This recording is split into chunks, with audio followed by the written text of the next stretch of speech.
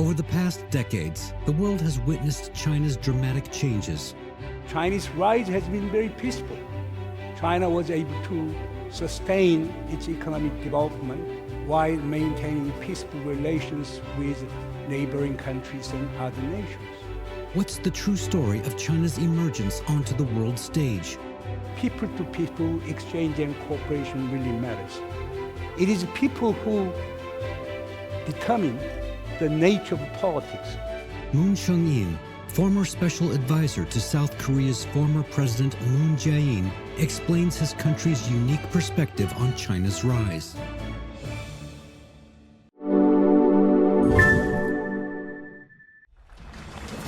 It is my great honor and pleasure to speak at the famous Jinan University. Chinese transformation has been marvelous. In the past 40 years of reform and opening, China has become second largest economy in the world, the largest trading state in the world, and China has become factory of manufactured goods in the world. China has also become center of global supply chain. It's amazing changes. And as China has been able to materialize Xiaohang Suhui, the moderately prosperous country, on the occasion of 100th anniversary of Chinese Communist Party's founding. And also Chinese rise has been very peaceful. China was able to sustain its economic development and enhance equality in society while maintaining peaceful relations with neighboring countries and other nations. And China also has become new model of development. Chinese model or Beijing consensus have become very, very popular throughout the world. More than that, China has become a country of international contribution. Okay? President Xi Jinping proposed the Global Development Initiative. He also proposed the Global Security Initiative, and most recently, Global Civilizational Initiative. All these three initiatives aims at making greater contribution to international society through what China has achieved for the past 40, 50 years. It's an amazing transformation. It's marvelous. Okay? Of course, they are not without some challenges. You have a challenge of a middle-income country trap. You have a challenge of a Thucydides trap, which Graham Allison aptly described. Okay? And also your chronic problem of income and wealth inequality in Chinese society.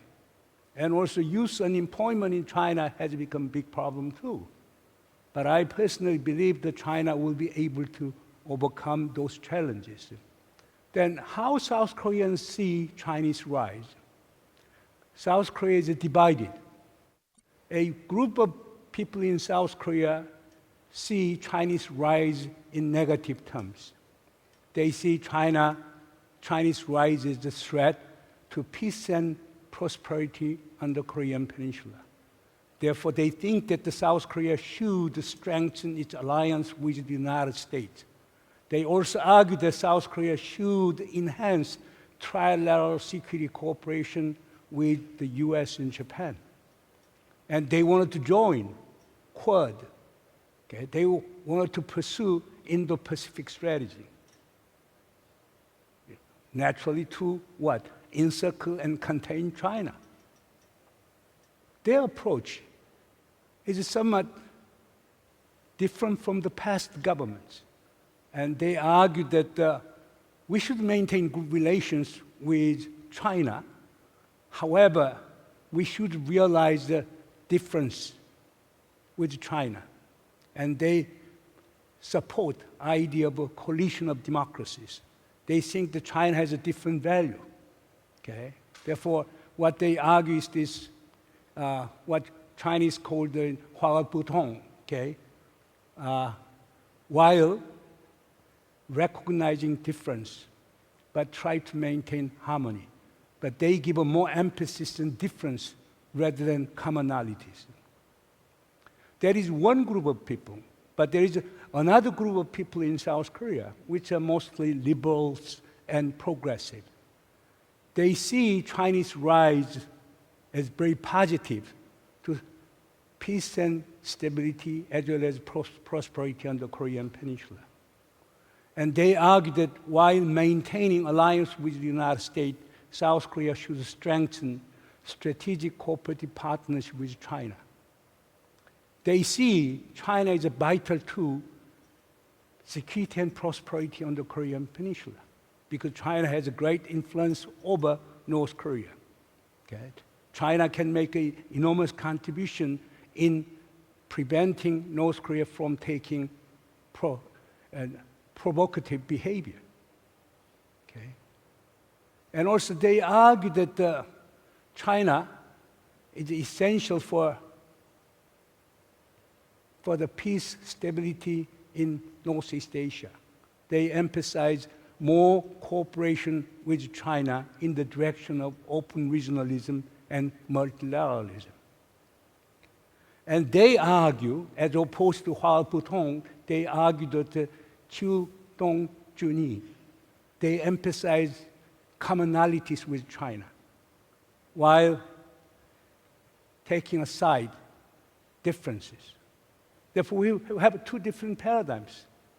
Right now, we have a conservative government in South Korea, but previously, a liberal progressive government in South Korea have emphasized close cooperation with China. But there is one unfortunate development in South Korea.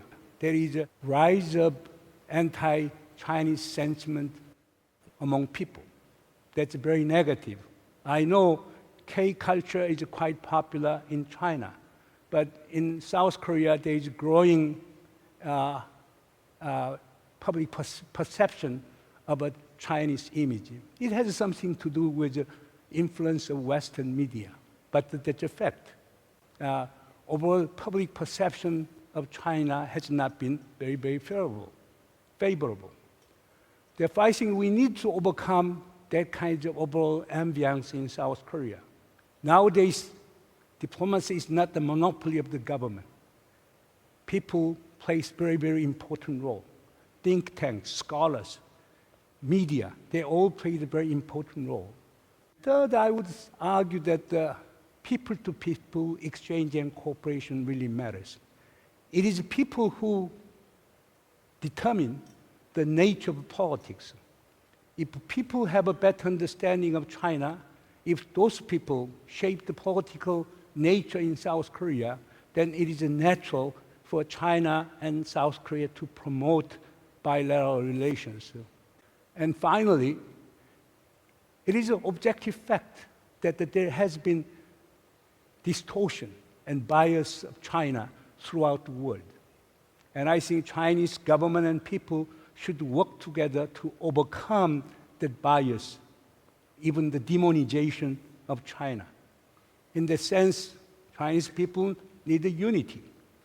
Chinese people should work together to get rid of those kinds of negative campaigning of China in the world. In that way, China can have a better relations with South Korea. China can be a really responsible great power on the world stage. I firmly believe that the Chinese government and people have such a kind of wisdom and competence. Thank you very much.